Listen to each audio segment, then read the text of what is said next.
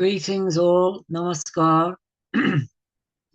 And here we are again, gathered here to recite for me and you to listen to the Harikatha of Srimad Bhagavatam Purana, the 10th canto. We've just dealt with, in the last chapter, Akrura's hymn, his panegyric addressed to Krishna in his majestic form in a vision seen by him under the water, while at the same time Krishna and Balaram were seated on the chariot under the shade of a tree. So we'll pick it up from there.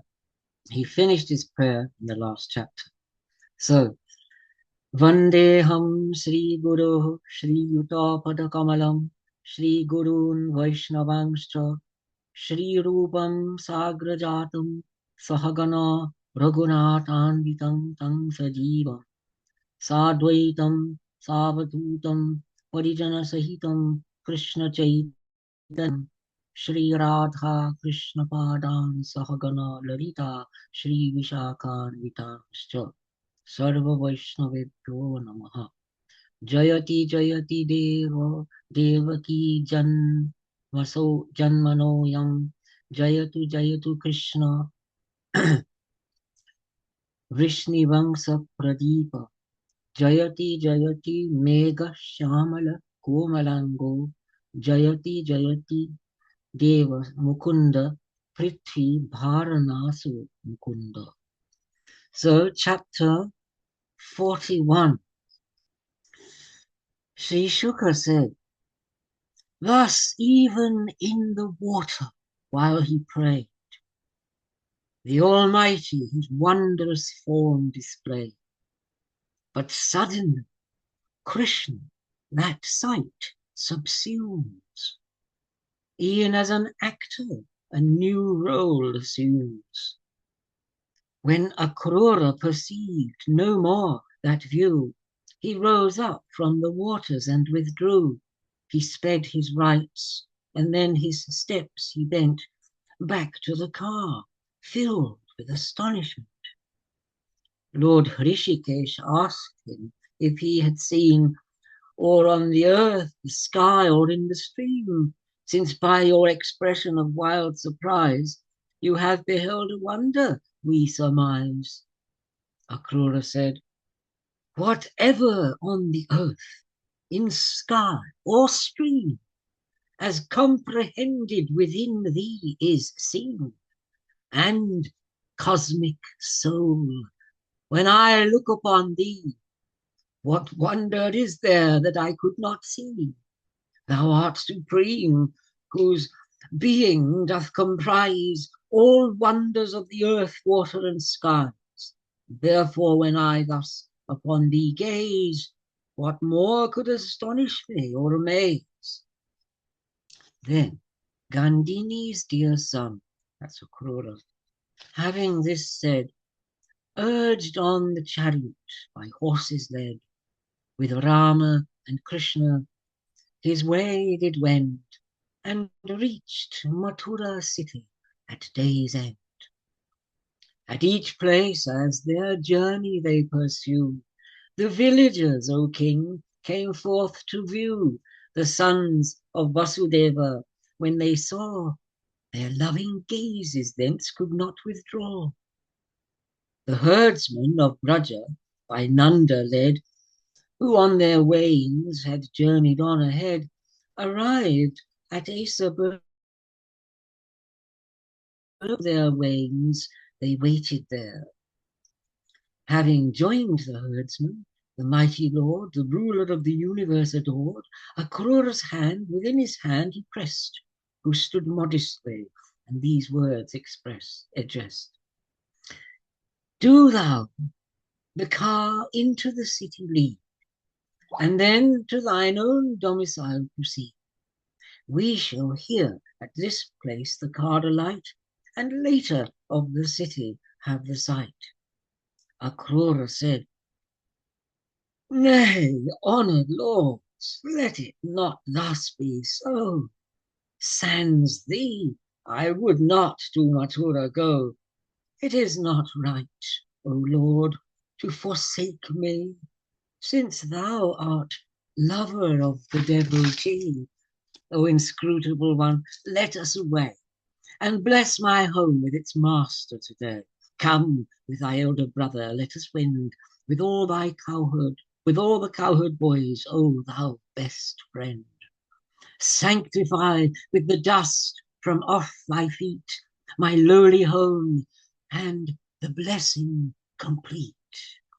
When thus my home and mind are purified, the gods and manes will be satisfied. Washing thy feet, great Bali did attain vast dominion, great wealth, and worthy fame, and by his dedication unto thee attained the goal of a pure devotee. Thy foot wash, as the Ganga doth arise, which the three worlds blesses and purifies. That water Lord Sarva bears on his head, and Sagara's sons were up to heaven led. O God of gods, thou universal Lord, by pious singing and hearing adored, great Yadu, praised in choicest poetry, all hail Narayana, all hail to thee. The illustrious one said, I shall indeed with him, my elder, come and gladly receive welcome at your home. But first, this bane of Yadus I must slay, and high honor to my well-wishers pay. Sri Shuka said, the great Lord having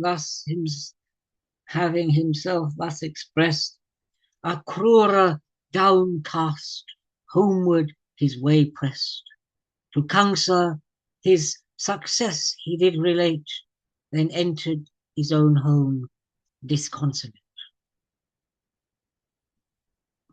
Thereafter, when the day drew to a close, a wish to enter the city arose. Almighty Krishna, Sankarshan beside, with all the cowherds to Mathura hied. Thereon he did the great city behold, with crystal towers and big gates of gold. As through the outer high rampart they pass, with magazines for storage made of brass, and deep moats circumfluent for defence, with many a grove and delightsome pleasance.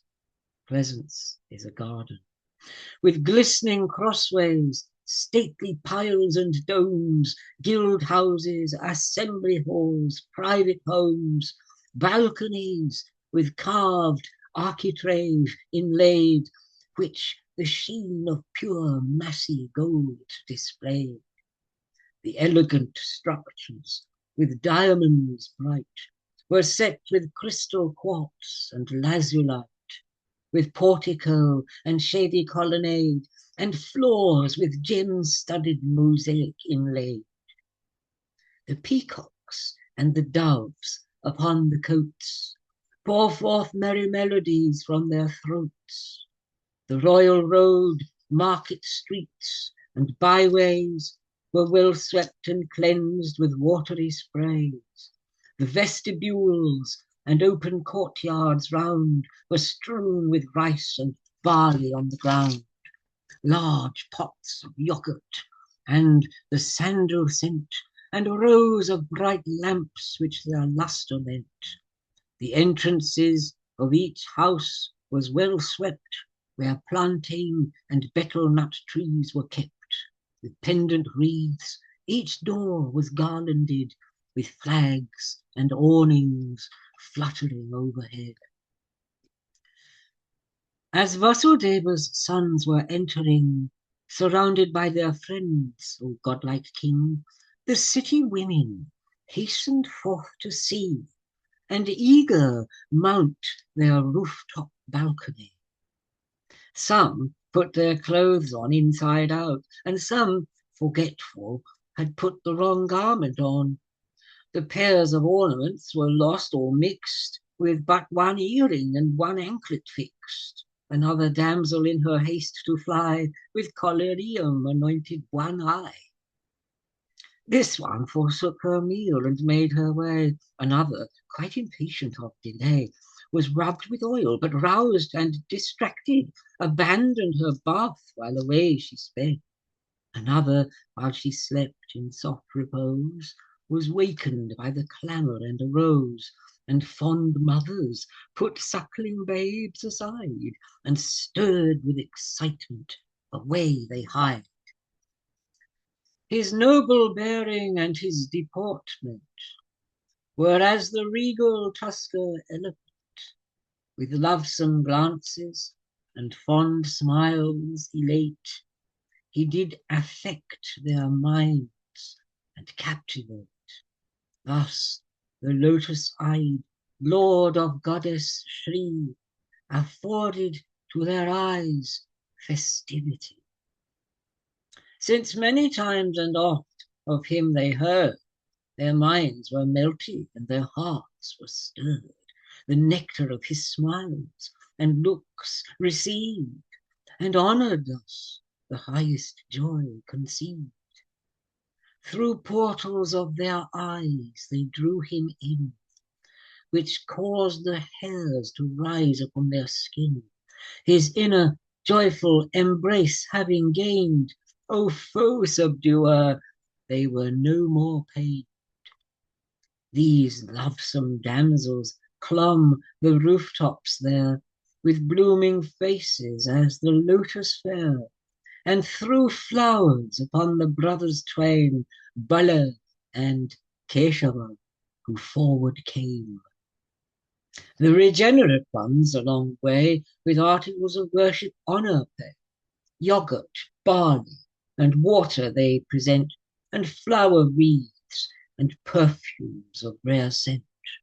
The city women in wonder exclaim, "Oh, what austerities have been maintained by cowherd dames in strict observance pure, whereby their constant vision they procure. For these two brothers, noble and refined, vision festive joy to all mankind."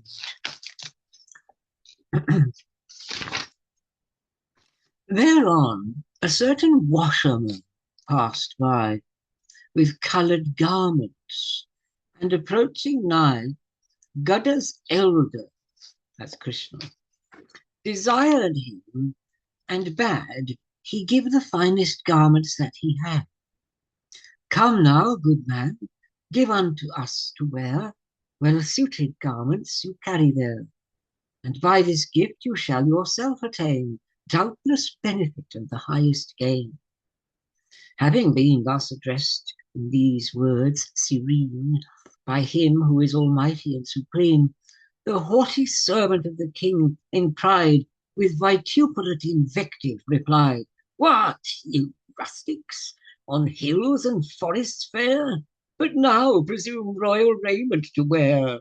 In foolish impudence you ask of me the monarch's weeds and royal property. Begone, I say, avaunt, avoid the strife. Ask not such things if you value your life. The agents of the king who rules the state will take and kill him and expropriate." While thus he vented forth his haughty word, Devaki's son grew angry as he heard.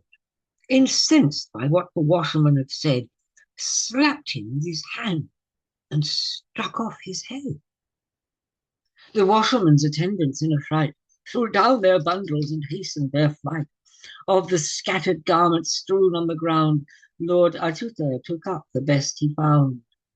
Krishna and Sankarshan did then attire their persons according to their desire, and all the other garments on the ground were picked up by the cowherd youths around. Then a pious tailor, with loving care, drew forward to adorn the princely pair, and thus they were with varied garment dight, of fine silk and ornaments shining bright. Rama and Krishna thus appeared to view, in fine raiment contrasting with their hue, like elephants adorned for festival, one shining fair, one dark and beautiful. Propitiated thus, the mighty Lord granted sameness of form for his reward. And in this world, strength, grace, and affluence, memory, and capacity of sense. The noble youths proceeded on and came to the wreath weaver, Sudama by name, who, rising up toward the brothers sped, and bowing, placed upon the ground his head. He greeted them and brought a worthy seat, water to rinse their hands and wash their feet, and worshipped with their friends the noble pair with wreaths, betel wraps, and unguent rare.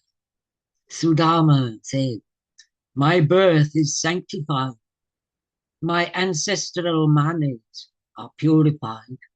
The gods and sages must be pleased with me, since both of you afford high sanctity.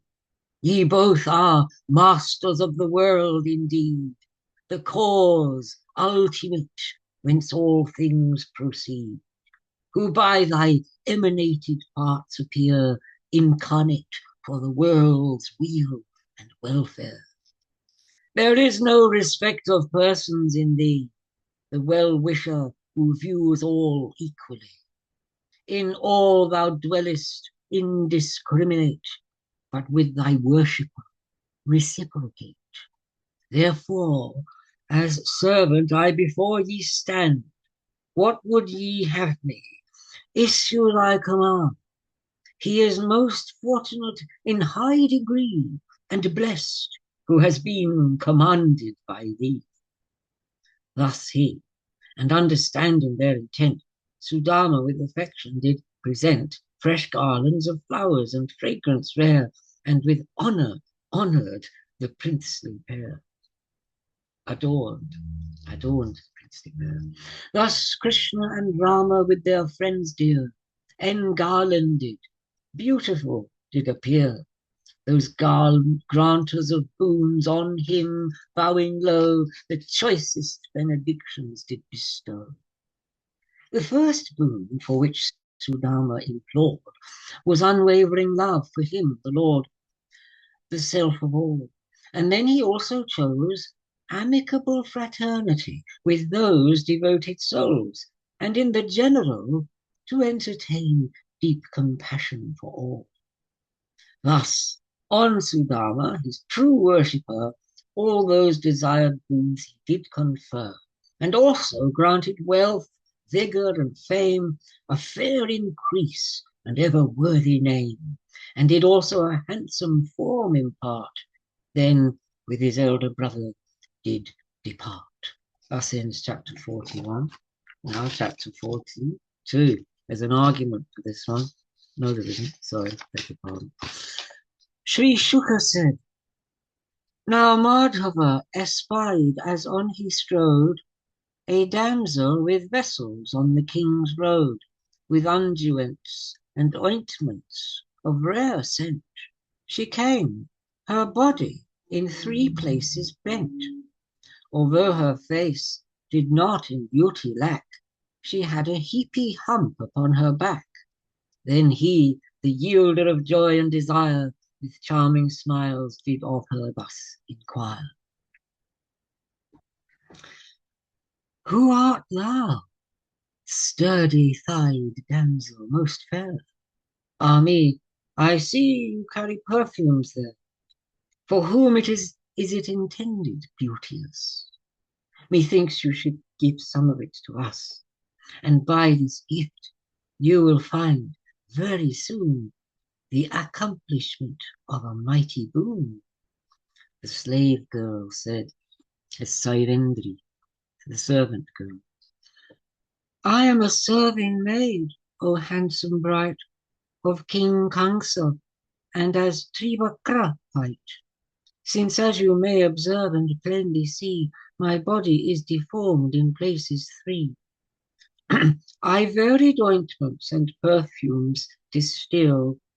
The bolder Lord regards me for my skill, but one more worthy I could not conceive than you, my Lord, this perfume to receive.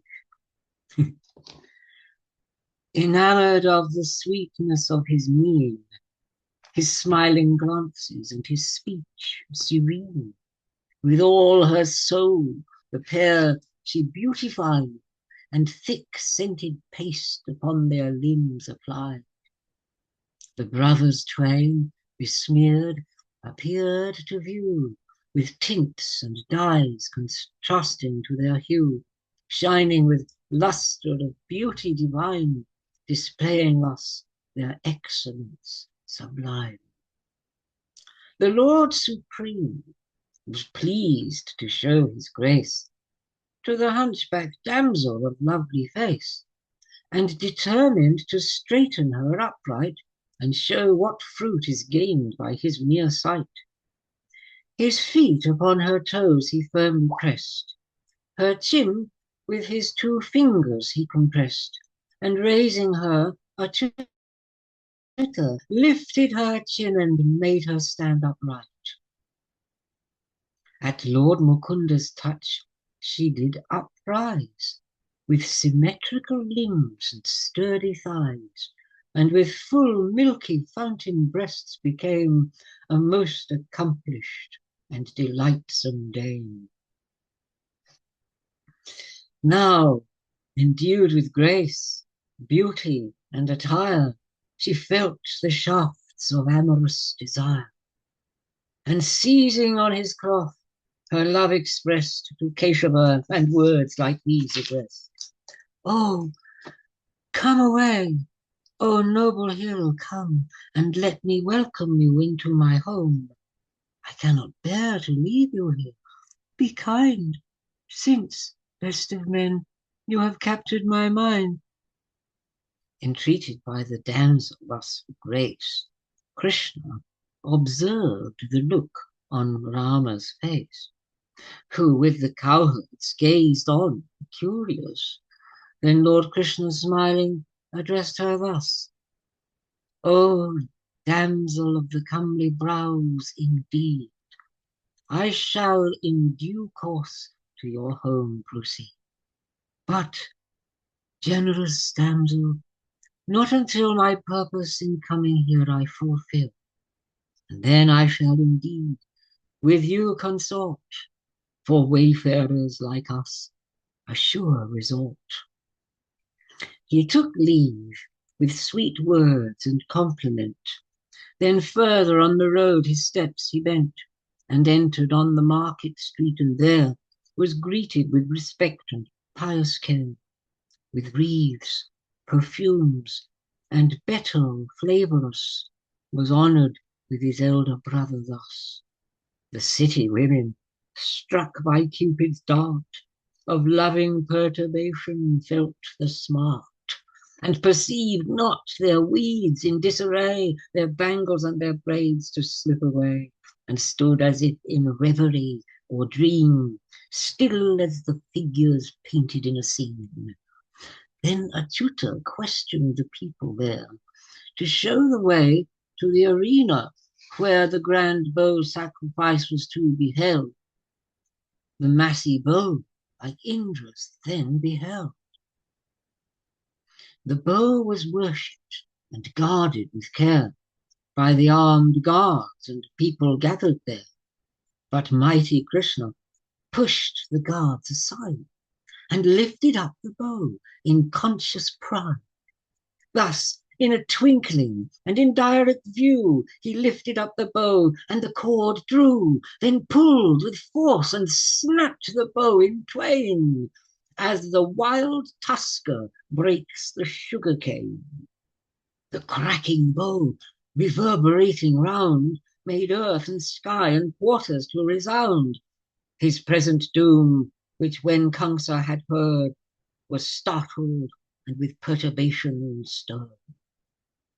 The guards with fury were disquieted, and raising up their weapons forward sped, toward him and his companions for the fray, and cried, seize him, spare not, but slay. Now, when Keshava and Bala espied their ill intent, between them did decide, and taking up each half the broken bow, they struck out with vigor and laid them low. Another band of guards they swiftly slew, deputed by Kamsa, thence did pursue their exit from the gate to view the town and see the sights of opulent renown.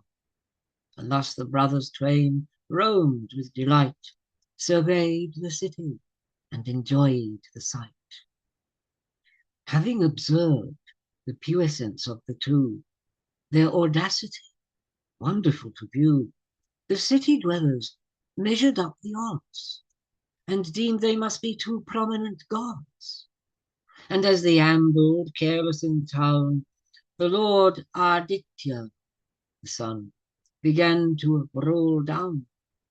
They left the city with their friends and went back to the cowherd's wagon settlement. The cowherd dames, when Mukunda had left, distressed by his departure, were bereft, and by their prediction they augured true, that when the Madhupurians had the view of him, the gem ornament of mankind, they would the highest benediction find, to see him for whom Lakshmi did forsake all others, though they would her favours take. After the brothers twain had washed their feet, they drank some milk and some rice pudding eat, although they were aware of the intent of Kamsa, spent the night in calm content. Meantime, Kamsa was fearful, learning how the brothers had broken the sacred bow, how Govinda and Rama in their might had slain the gods and put others to flight, how this they had accomplished as in play, filled him with ill boding and sore dismay. He saw bad omens, sleeping and awake, and harbingers of death that made him quake. By reflection he saw he had no head, and double stars a livid lustre shed. In his shadow wide gaping holes were found. He could not see his footprints on the ground. He saw trees with a pallid golden glare, nor could detect the sound of his life air. He dreamt he was by fiends and ghosts embraced, riding an ass, and there with garlands placed, a naked man to wander round the scene with red flowers and oil besmeared unclean. Thus did he, while awake and dreaming, see visions that filled him with anxiety, and terrified by such like auguries, he could not sleep, but was most ill at ease. O foremost of the Kuru dynasty, when Surya had risen above the sea, Kamsa arose and did the wrestlers call for preparation of the festival. The arena was consecrated round, instruments and loud beating drums resound. Platforms were reared, with flowers garlanded, arches were raised, with flags flying o'erhead. The city burghers and the peasantry, the Brahmins, martial chiefs, in due degree, assumed their seats in tournament to view. The great princes, as to their honour due, were given seats according to their worth, their dignity, renown, and noble birth. Surrounded by his ministers of state, on the throne imperial Kamsa sate. Though seated with his allied kings, his heart trembled, and of affliction knew the smart. The beating drums reverberated round, and martial measures from the pipes resound. The haughty wrestlers their grand entry make, adorned, and with their coaches their seat take. When they the crowd beheld, the music heard, the wrestlers were with martial ardour stirred. Chanura, Mushtika, and Kuta met. Shala, Toshala sat on the carpet.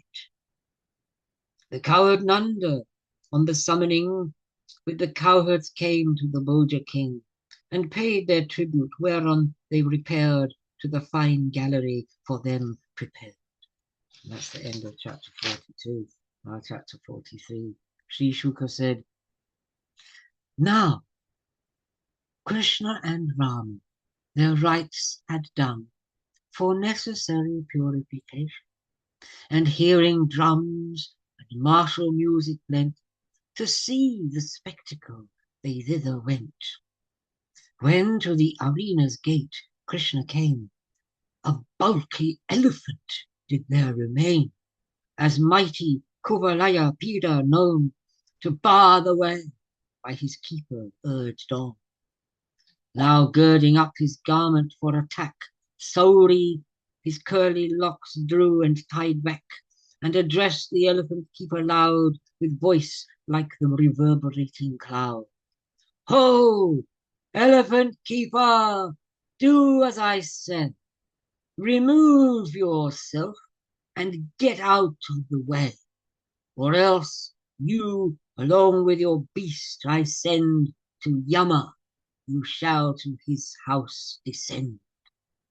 Thus threatened, the keeper was fraught with rage, and the mighty beast goaded to engage, like time, doom, and Yama personified.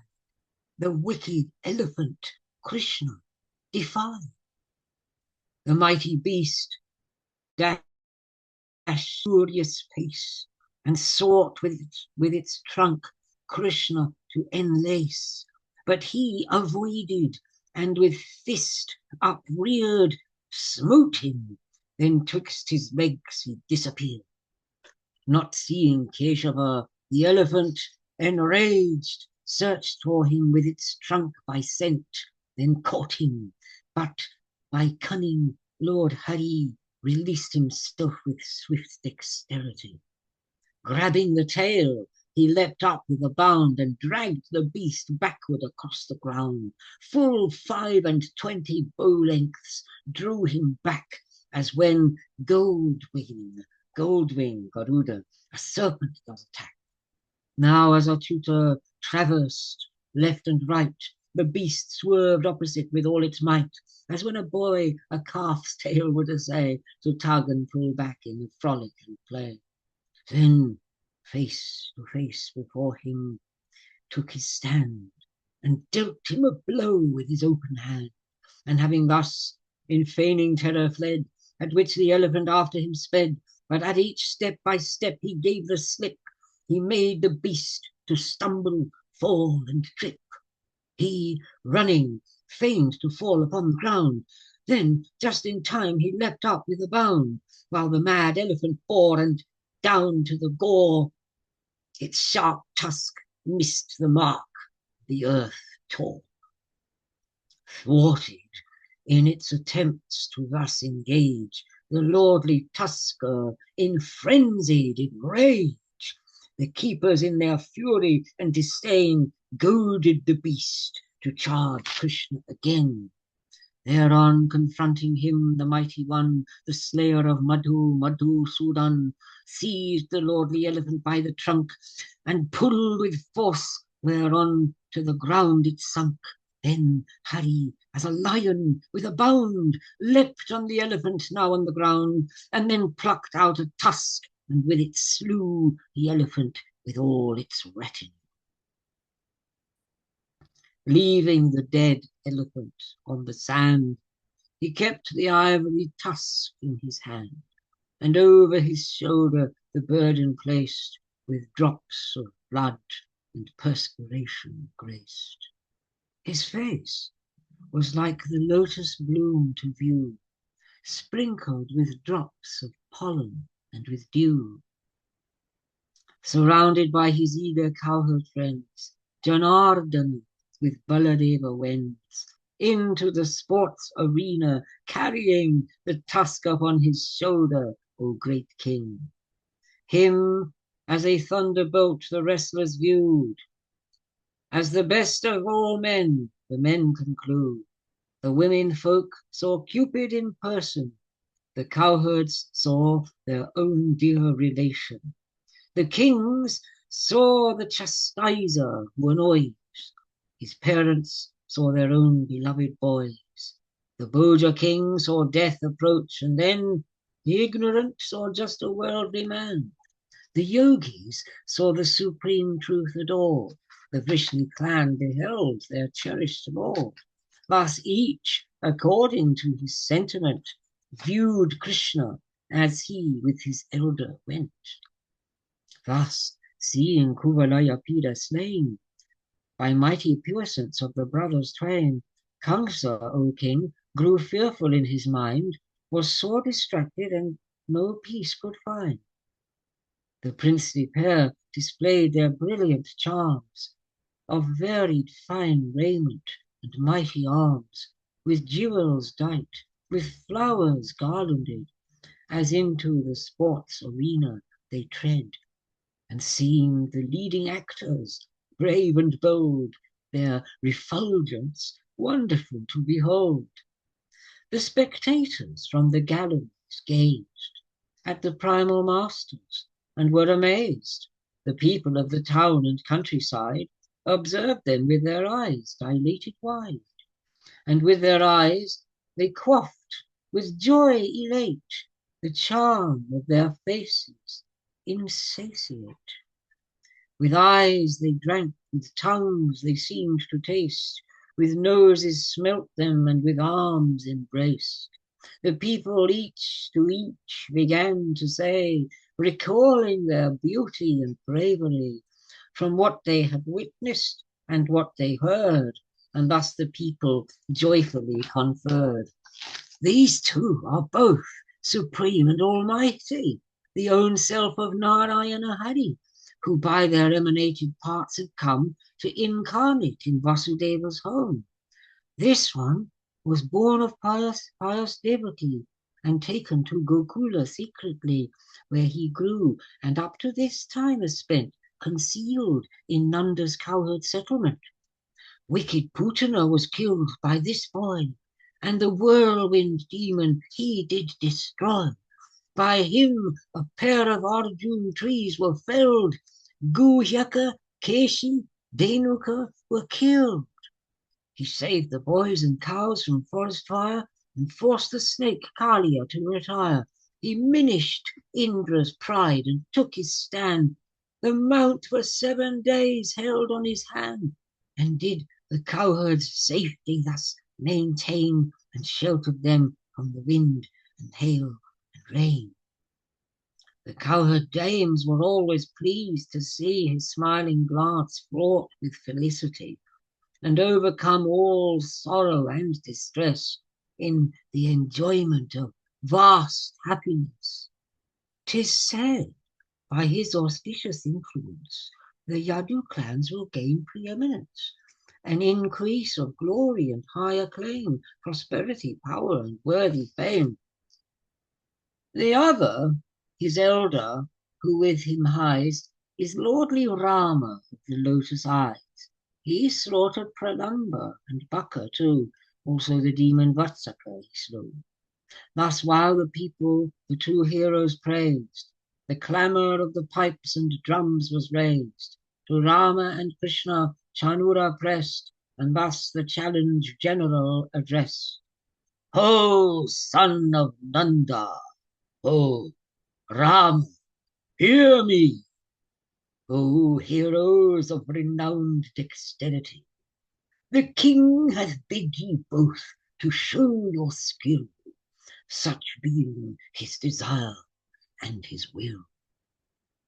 The subjects who by thought and action bring pleasure and satisfaction to the king achieve good fortune, worthy to requite their faith, but others gain the opposite.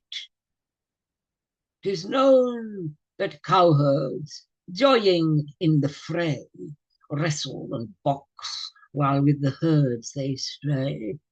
The king therefore in pleasure doth assent. The people will be joyful and content.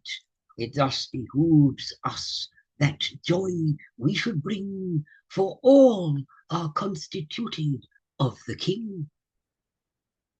Which, having heard, and eager for the fray, Krishna deliberately began to say, with all the force of eloquence and grace, appropriate to the time and to the place.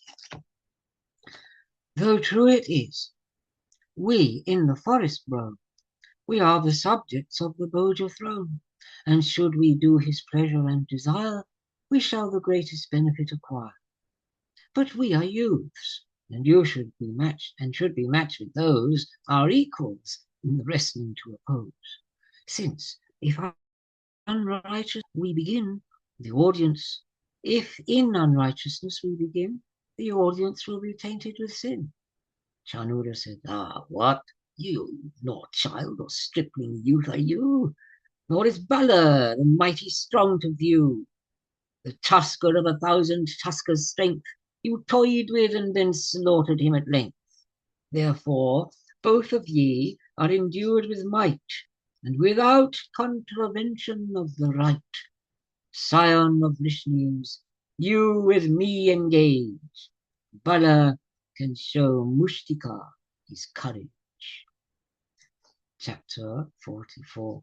Sri Shuka said, whereon Madhu's almighty enemy, determined with the challenge to comply, that he in fight with Chanura oppose, and Rohini's son with Mushtika close. Then hand to hand and leg to leg they grip, with puissant force they turn, avoid and slip, and each, with ardent vigour strain, intent upon the foe, glory to gain. With fist to fist and knee to knee opposed, and head to head and chest to chest they closed. They squeeze each other, belabour and pound, now casting down, now spinning round and round. Before, behind they traverse with clenched fist, to gain the advantage or to resist. Now lifting, now bearing to cast away, and holding down, ponderous in the fray, and straining every nerve, intent to gain the victory, careless of their own pain. The gentle dames and damsels gathered there were sore disquieted by anxious care, to see the strong contending with the weak. They foregathered in groups and began to speak.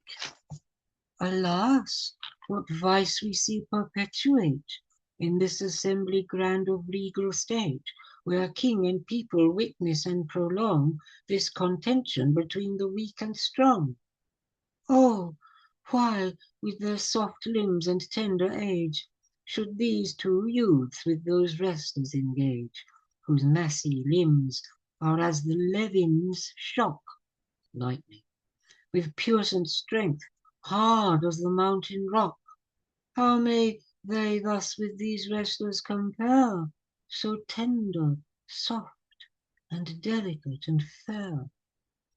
Where actors and the audience transgress right conduct and the codes of righteousness, it is not meet in that place to remain, but depart and avoid of sin the stain. Those who are wise and who right conduct know would not to such sinful assemblies go, and if, perchance, once having entered in, pleads ignorance, incurs thereby great sin.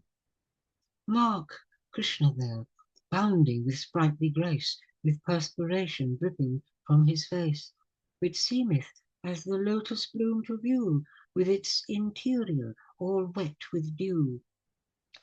See you not the face of Rama dear, whose eyes with a coppery tint appear?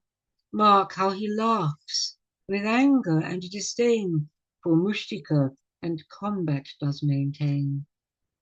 How pious is the pasture land and blessed, where the primal being is manifest, where he remains concealed from vulgar eyes, and does deeds wonderful in human guise, adorned with flower wreaths, while there he tends the grazing cattle, and with Rama wends.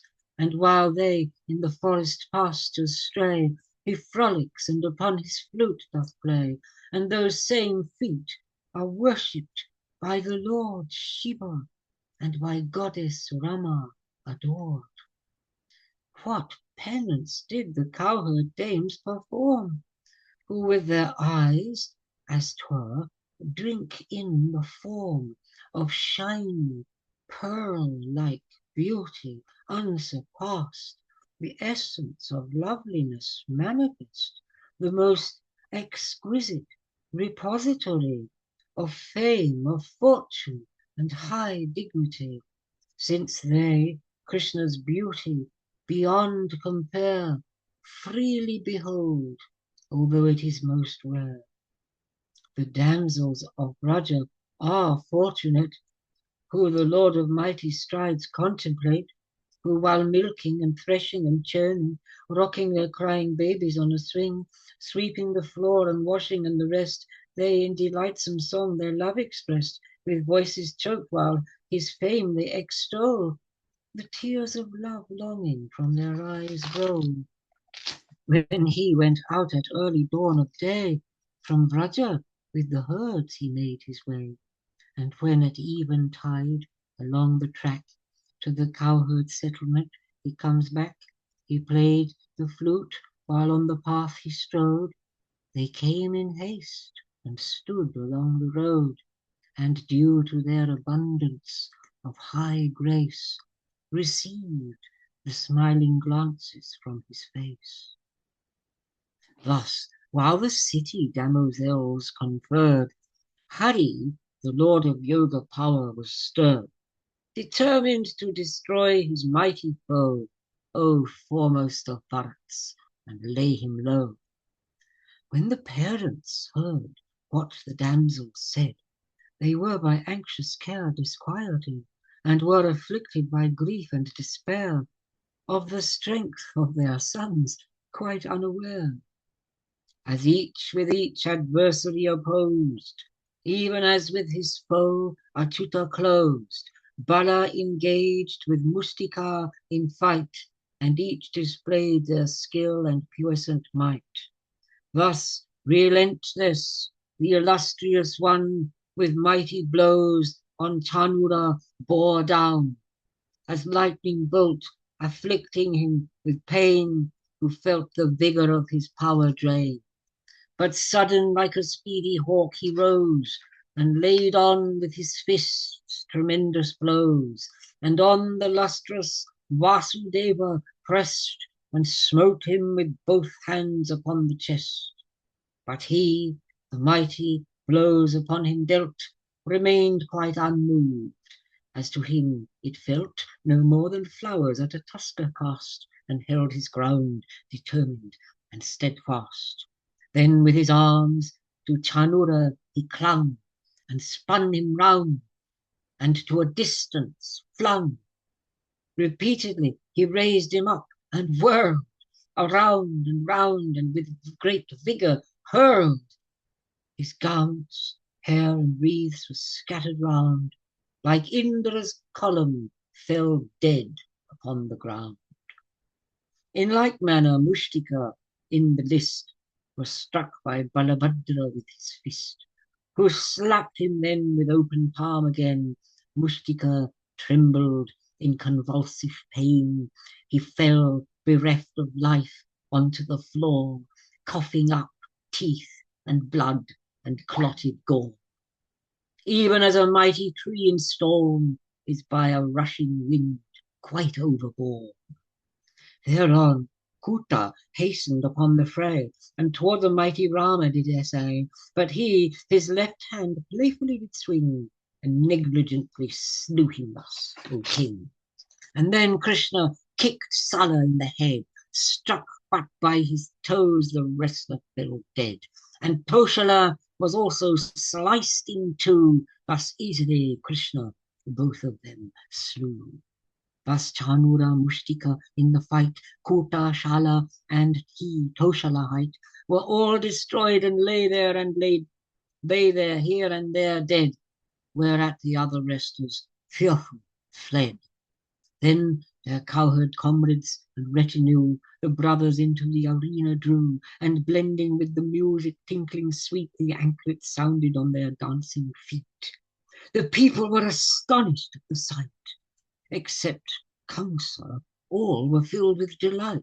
The Vipras and the leaders of the town raised up the cry of "Bravo!" and "Well done!" The Boja tyrant was fraught with disdain at sight of his companion champion wrestlers slain. The music whilom for his joy forbade, and issuing commands in anger said, "Drive forth these sons of Vasudeva vile, expropriate the cowherds and exile, arrest the wicked Nanda, confiscate his wealth and chattels, and appropriate the evil Vasudeva at my will, along with my sire, Ugrasena, kill, slay all my foes, and who with their hate and pride uphold with treachery the adverse side." Thus while Kamsa, impotent, raged in vain, the Lord became indignant with disdain, and leapt with sprightly bound and paces light, and landed on the royal platform's height. He saw him now as present death appear, and though his mind was fraught with dread and fear, he quickly with his sword and buckler rose, and eager sought his danger to oppose. With fortune in his hand, he moved with skill from side to side, retracing at his will, and like a hawk his motions thus displayed, that he perchance might certain death evade. The Lord caught him, and did him firm grip take, as Tarksha's son, Garuda, would seize upon a snake. He took him by the hair, and cast him down, and knocked off from his head the royal crown, and pushed him from the platform to the ground. Then he, the lotus-naveled with a bound, jumped down from the high platform with a spring, and pressed him with all his weight upon the king. As lion drags the dead tusker round, he dragged him by the hair along the ground, and all the people raised a mighty cry, "Ah me, alas, what a calamity!" His mind was always by thought distracted, when drinking, eating, reposing abed, strolling, and even at every breath, he viewed the Lord before him as his death. His mind upon the disc wielder remained, and the rare boon of the same form attained. Kamsa's 8 younger brethren raging came, led by Kanka and Nyagrodha by name, and seeking vengeance for their brother dead, they were extremely infuriated. And as they swiftly came forward to smite, Rohini's son was ready for the fight, and his massy club down upon them falls, as lion king midst lesser animals. The kettle drums resounded in the sky, Brahma and Isha from their place on high, and gods and their wives in festivity dropped flowers, sang, and danced in ecstasy. The widows of the heroes forward pressed, at their well-wishers lost they were distressed, and full of sorrow, plunged in miseries, they struck their heads and tears rolled from their eyes. They saw their hero husbands lying dead upon the ground, a hero's final bed, and as their tears relentlessly rolled down, in loud lamentation they made their moan. "Alas, O master mine, O righteous one, without your favor we are quite undone, since by your death we have lost everything, a kind master, fine house, and fair offspring.